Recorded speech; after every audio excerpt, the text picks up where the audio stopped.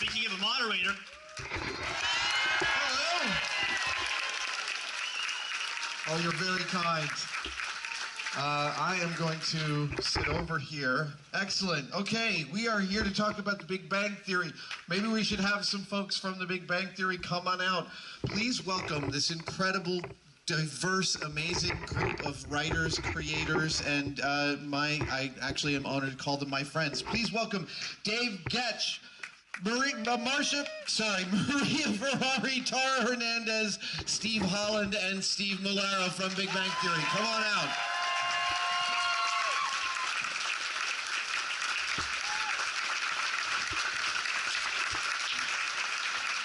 Am I sitting too far away? Nope, that works perfectly. Maria, I'm so sorry about that. My handwriting is abysmal. Hello, guys. Oh, are your mics working? Hello? Hello, hello. Yeah? Mine works, so I'm just going to do all the talking. Yeah. Just me. I like this. Hello? Hello? There you go. I'm shy anyway. It was fine. Everybody, welcome. Hi. Thanks, hi. Hello. Thank you for coming out. So, let's start with the fact that you guys just celebrated your 200th episode. Yeah.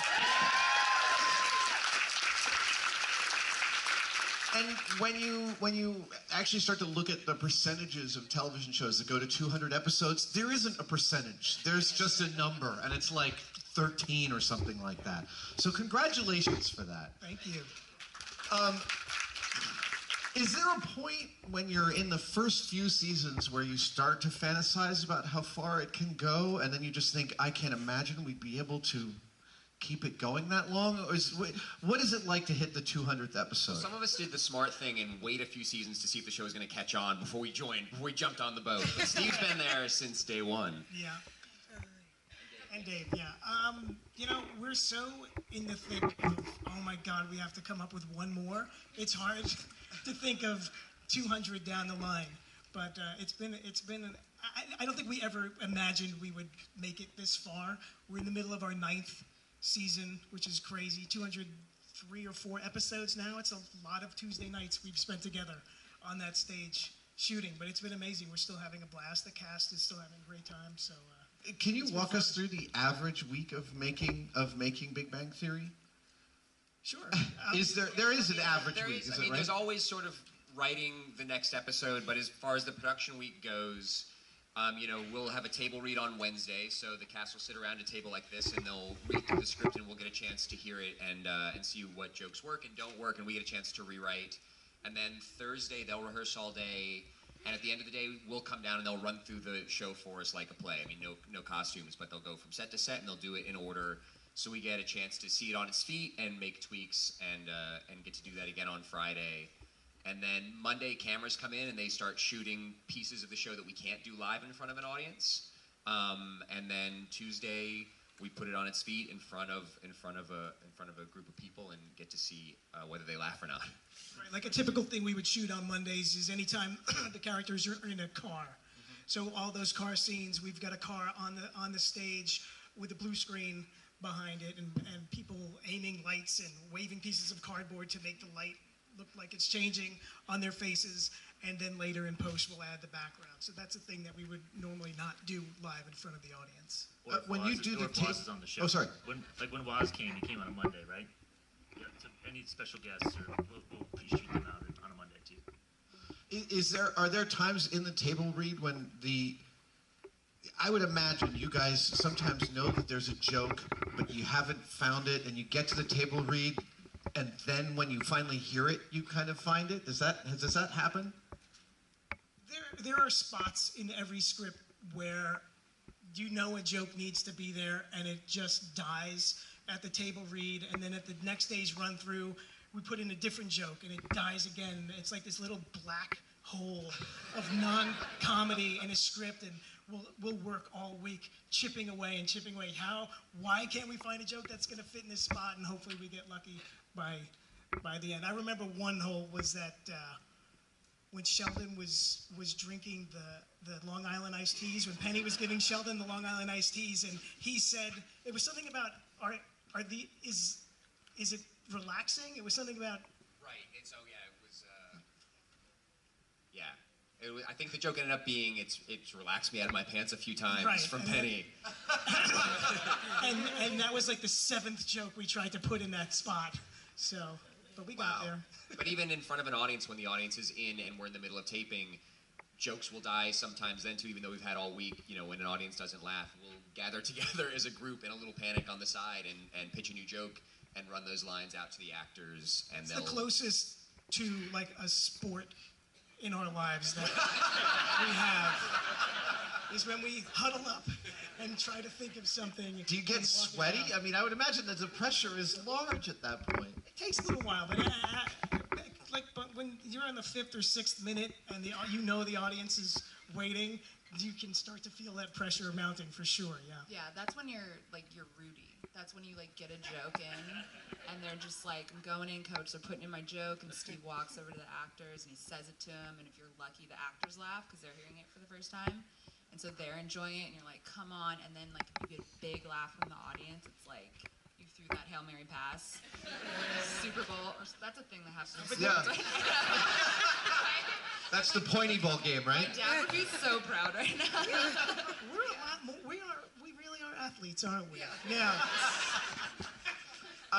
The show brings together an incredible confluence of pop culture and also science culture. And I think we all understand how much it has pushed science culture into pop culture. But do you guys have your specific areas of expertise within science or pop culture, like each of you brings to the table? I think at this table, there's not a whole lot of science going on, but Dave is as close to science. He's pretty good at that. I can think I also got really excited when former Fed Chief Ben Bernanke was on the set.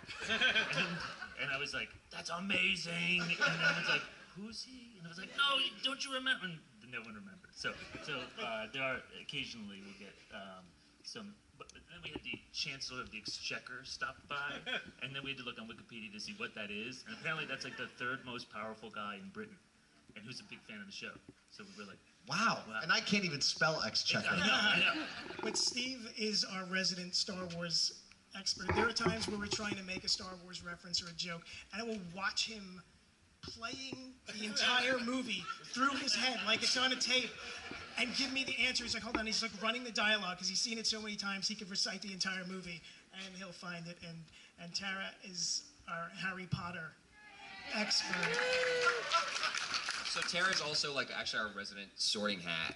She's so good at it. She has sorted all the writers into their respective houses. Hufflepuff, right here. Hufflepuff for life. So you nice. And so you decided that Leonard was Hufflepuff. It's a Hufflepuff, isn't he though? He's such a Hufflepuff. Hufflepuffs are great. Who would categorize himself Hufflepuff? Come on, let's see it. I thought there'd be more of you here. I'm not gonna lie. Yes, nice. Yeah, no, Leonard he's so patient, and that's key to Hufflepuff. And so, yeah. What would Sheldon be? You guys, Sheldon's a Gryffindor. I know. It seems shocking. Some of you would think Slytherin, right? Or Raven. Wow, a lot of dissenters.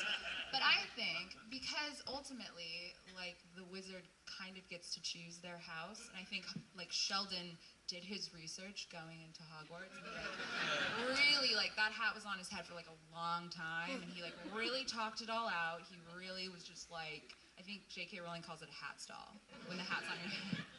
And so so I think Sheldon talked himself into Gryffindor. I think the hat got tired of that conversation. I think the hat was like, whatever you want. Ravenclaw, by the way. Which I looked it up later, and it turns out they're the weirdos. Everybody's like, oh, Ravenclaw is so smart, and then it's this is where all the oddballs go to feel safe together. They're the dreamers. I think that's where I would have ended up. You would. You absolutely would. I Yeah. resorted you. Yes, you would. Slytherin, by the way. Don't be fooled. Don't be fooled by this charming smile. That guy's a Slytherin through and through. So. I love hearing you guys talk about the characters. Do each of you latch to a specific character? Or does that change? I mean, obviously you all write for all the characters, but are there characters each of you ends up finding a deep affinity for? I think at this point, the line's pretty blurry between me and Leonard. right now. I didn't create the show, but I've been there since the beginning. And just weirdly, in my own life, I was a very overweight kid until I was 18, and I lost a ton of weight. I went from having less than none girlfriends to overnight dating the hottest girl on the planet and not knowing what to do with her. So right there you could see why I'm connecting with Leonard pretty well. And we still talk to my former girlfriend, kind of informs Penny a lot. And then she even went on to be a pharmaceutical sales rep. Like Penny. So. She actually came to visit one time, yeah, and we all went out with her and got to just sort of pepper her with questions about young Stephen.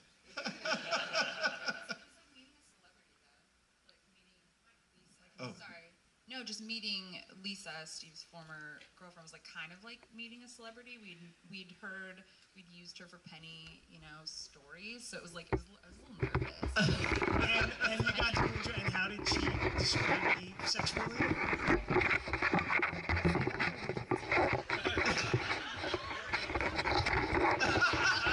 I realized that she did say two things. Can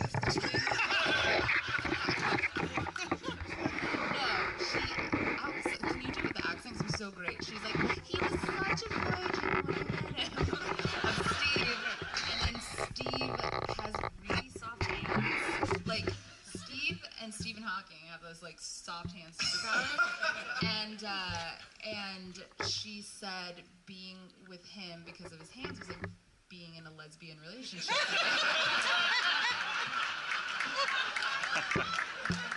That's the best story ever. Just imagine all that with a Queen's accent, and it was like you were there. So this is part of your life that's made it into this show. Do you guys are there stories that you mine from your past that have ended up making it from each of you into the show? You should talk about the Star Wars tickets. Oh, okay. So the Star Wars ticket stuff was like a direct lift because it was supposed to go on sale after the trailer played at the Super Bowl, but then it like weirdly went on sale early. Like why? And so we were on the set shooting, and like we were all on our phones, which we're not supposed to be on, and there was like this panic that went up because Star Wars tickets just went on sale. So like we were kind of like trying to buy tickets in our laps, and like all the websites were like crashing out. We were just like, "Are you in? Are you in? How many should I get? 5?" And like then the tape would go, and like we would have to do a joke. All the phones would go down for a second. They would roll on a take, and then as soon as the director called cut, all the phones were back up. And people were like, "Are you in? Are you in? I can't get in." And then at one point, Chuck turned out. He's like, "What are you doing?" And we're like, "Man, Star Wars tickets." Yeah. So in that episode, in the Star Wars episode, where Sheldon and Amy, Where they're all trying to do that. Then where Leonard walks out and is just like, the ticket's already on sale. That was us flipping out trying to get through. We also had this amazing, I don't know if you guys remember, like they were gonna premiere the like long form trailer during Monday Night Football, which was like the only time any of us cared about Monday Night Football. And so we happened to be, in the office, we were working, and our producer in her office had a TV, and she was like, I'm gonna keep an eye on it. When it gets ready for halftime and the trailer's gonna premiere, I'll call you guys in. So she calls us in, and I don't know if any of you watch football, but it says 2 minutes are left on the clock, and that's really like 15 minutes. What is this game that is slow? Like, respect the laws of time. What are you doing? We were like willfully not doing the rewrite, and we were just standing in Christy's office, like defiantly, being like, "It's gonna be fine. It's only gonna take 2 more minutes." So 20 minutes in, it's like, all right, they're like, all right, next commercial break, it's happening. We're like, okay, finally. And someone gets a bright idea, like, this is a big moment, let's dim the lights in the office. Like, this would be, we need to watch this, like, it's gotta be a big production. So our producer goes to unplug her lamp, and instead unplugs her entire system. So her TV, the computer, everything goes out. Everything goes out. Scream. I mean, it's like a madhouse in there. It's like someone just, people are screaming and shouting, and she's trying to plug it back in. Right, you're right. She went into fetal position. We had to call an expert in from another room to try to figure out how to get it back up. Like so we it called gets someone from plugged. post-production, like a television putting together professional. Like they're watching the DirecTV thing like boot up again. Right, like the DirecTV symbol comes up and it's like spinning and spinning, and we're waiting. We're like, you know what? Maybe it hasn't aired yet. Maybe we still have time. It's gonna be okay. And then I get a text from my son at home, and it's just all caps. That was amazing.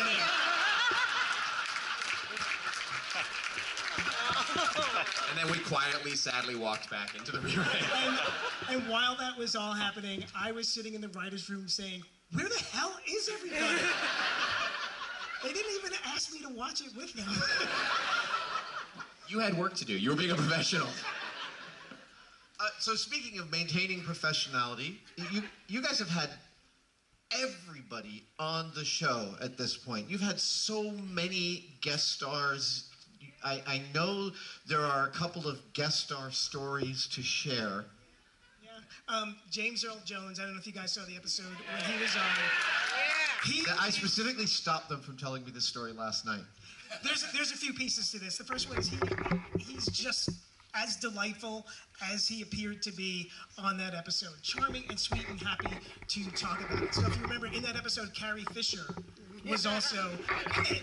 So when James Earl Jones did his Darth Vader stuff for Star Wars, he did it in a recording studio, and we learned that James Earl Jones and Carrie Fisher had never met in real life until they were on our stage.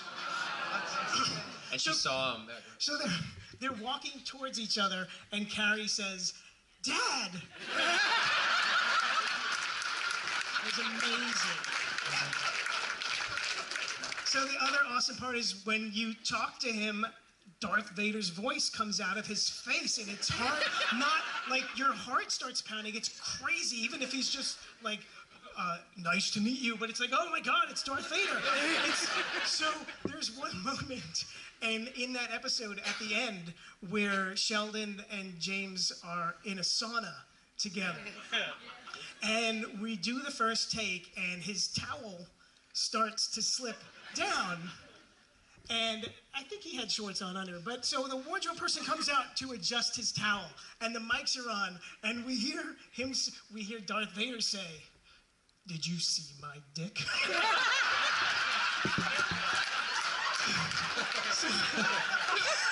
But I think in our heads it sounded a little different. It was more like, "Did you see my dick?" So we had fun with him. He was the best. I think he I'm also celebrated hearing his it from birthday. Coming to America, right? I use the royal ass wipers. And Maria, you had fun with your boyfriend Nathan Fillion. This is This I was wanted my to hear. most embarrassing story of my life. But so I got to meet Nathan Fillion at a Golden Globes party, and it was like pretty late in the party, and I was feeling pretty brave. I went up to him, and I was like, "Hey, Nathan Fillion, you know what's a good show? Firefly." And he was like, "Thanks." And I was like, "Someday I'm gonna make $1 million, and I'm gonna buy the rights to that show, and I'm gonna make both of our dreams come true." And then he came on the set to be on our show, and Steve was like, "Maria, do you want to meet Nathan Fillion?" I was like, "No."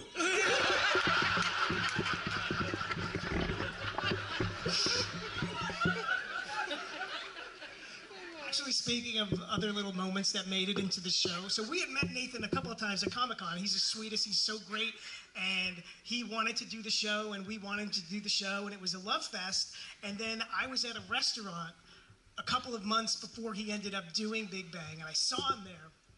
And I don't know if you remember when Nathan was on the show, but Leonard and Koothrappali think it's Nathan Fillion, and they walk up to him while he's eating, and he just stares at them like, "Why are you bothering me?" So I was like, "Oh, I'm going to let Nathan know we want to use him on the show," because I know he told me he wanted to do it. And I walked up, and he was with a lady friend, and he was eating, and I got that look that Leonard and Koothrappali got. And I was like, "I'm Steve from Big Bang Theory. You said you wanted to be on the show." And then the shields came right down, and he was awesome again. But I still think about it. He's big.